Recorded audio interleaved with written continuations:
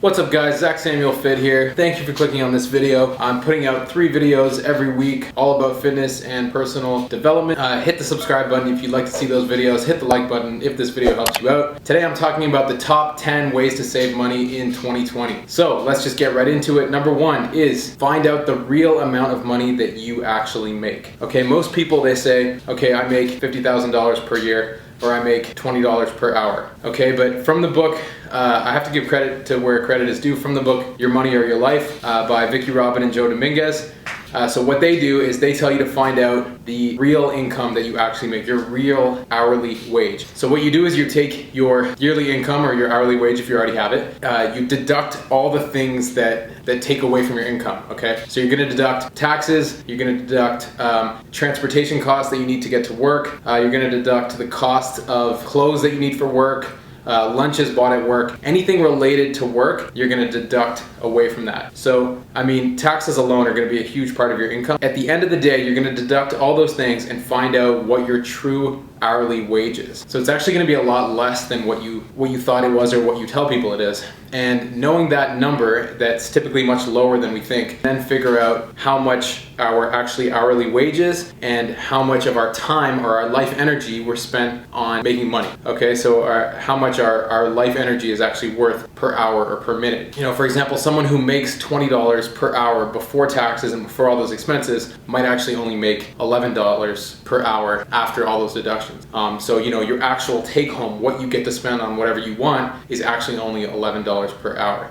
So you're exchanging 1 hour of your life for $11. So that's the first tip. Tip number 2 is read books on financial independence. Read books on personal finance. Okay, so what that's gonna do is that's gonna take you out of the mindset of consumerism, out of the mindset of always purchasing things, okay? There's nothing wrong with purchasing things, but we are constantly bombarded by media about messages, about things that we're supposed to buy. Okay, these are marketing campaigns, we're constantly bombarded by them. Their job is to make us buy their products, okay? And I think that we become so desensitized to those things that we just take all these marketing and all this media and all this information as truth and as given. But when you start reading and you go into personal finance books, you start to find that you kind of shift your mindset into a mindset that's more that you're in control of your life and you're in control of your money and you're in control of your spending and you don't need most of these things that these companies are telling you you need. Okay, so it helps, reading these books just helps to kind of get you in the mindset of critical thinking, you know, media literacy and critical thinking when it comes to, you know, receiving media messages. Tip number 3 is called house hacking. So there's tons of information online about house hacking. Basically what it means is you are putting yourself in a situation where you get to live, okay, so where you don't have any housing expense. So basically what you're gonna do, for example, let's say I purchase a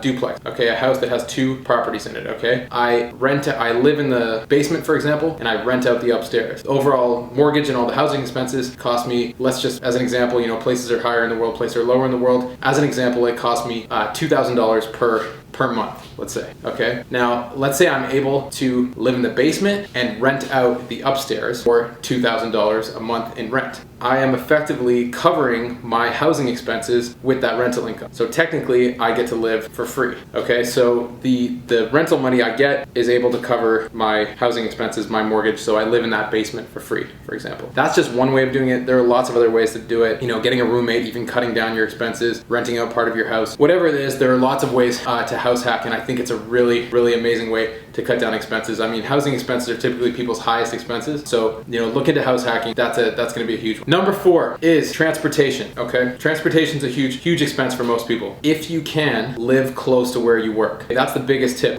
Walking distance to where you work is ideal scenario. Working from home, amazing scenario. I know it's not possible for a lot of people, but working from home is an amazing scenario. So walking distance to work or public transportation distance to work, okay? Those are your top choices when it comes to transportation. Walking is free, public transportation is very inexpensive. Those are gonna be your best options. If you cannot avoid driving to work, you're gonna wanna buy a used car. Okay, financing a car, obviously, especially when it's not 0% financing, is a really big waste of money in my opinion. A new car loses 50% of its value when it's driven off the lot. Okay, so you wanna try to buy a used if you can. Tip number 5, when you buy things, you want to buy classic, used, okay? And what I mean by that is buy things that don't lose a lot of value, whatever it is. It cost me $3,000 used. I buy it off somebody or off pawn shop, whatever it is. $3,000 used. I wear it for 5 years, and then after 5 years, I'm able to sell it. When I'm sick of it, I'm able to sell it for almost $5,000 after wearing it for 5 years, because it's a classic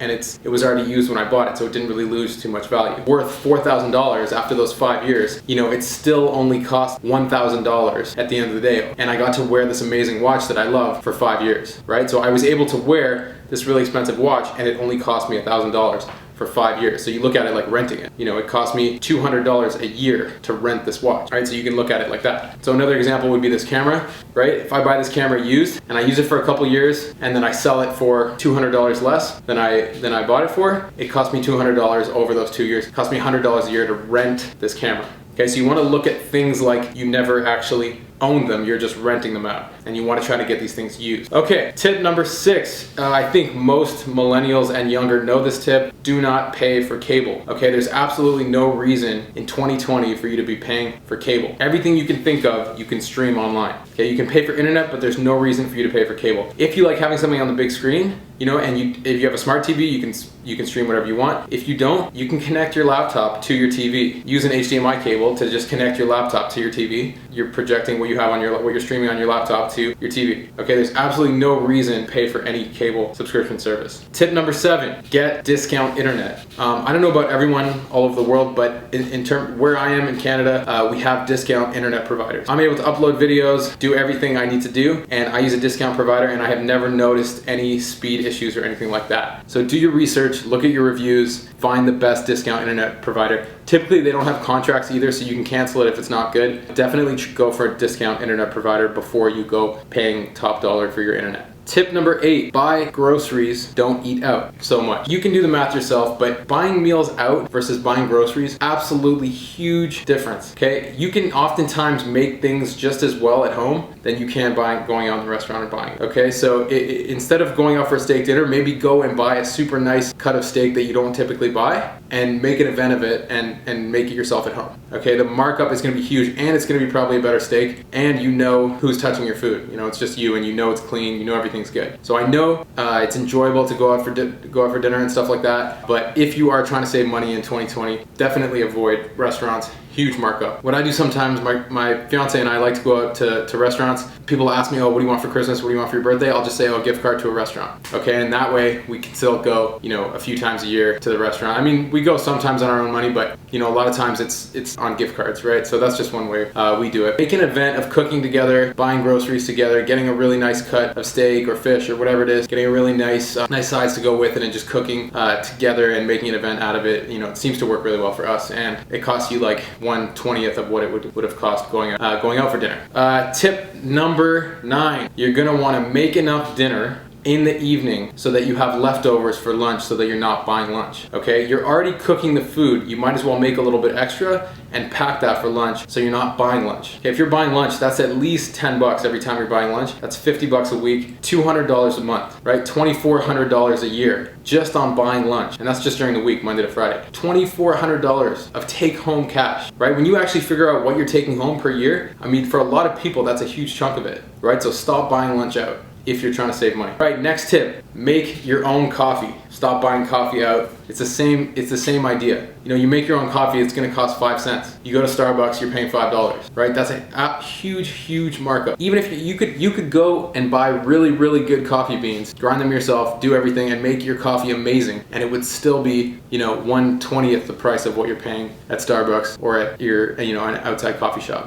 Tip number 11, I've gone over 10, I know, but I just have so much information I wanna share with people. Tip number 11, this one's not for everybody, but I do this one.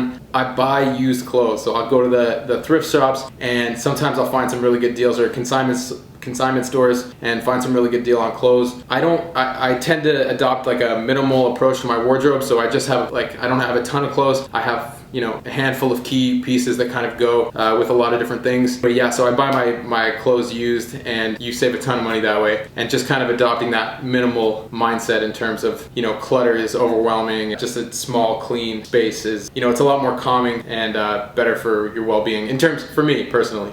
Almost done. 2 more tips. Tip number 12, get yourself some side hustles. Okay, there's lots of information on this, but basically you're gonna wanna try to find some side hustles that you can do in your free time. If you have any free time, most people do, you wanna try to find some side hustles where you can try to make a little bit of money to offset your expenses, right? So some of these include YouTube, affiliate marketing from YouTube, tutoring online, teaching English online, transcribing online, driving for Uber or Lyft. I mean, there are so many different options. You can do your own research. Side hustles are a really good way to offset some of your expenses. Finally, my last tip is be frugal. Don't be cheap. You want to think with an abundance mindset, and you want to think about helping others, and you don't want to see yourself as better than others because you don't spend money on things that you don't think are important. I kind of got into this a little bit. Like, people are going to make their own decisions, and you let them make their own decisions, and you just focus on yourself. Okay, and don't become cheap with your money. Think about abundance and think about doing good with your money and being thoughtful about the things that you do with your money rather than just throwing money on things you don't really need. Anyway, guys, that's my 2 cents on the subject. I hope you enjoyed this video.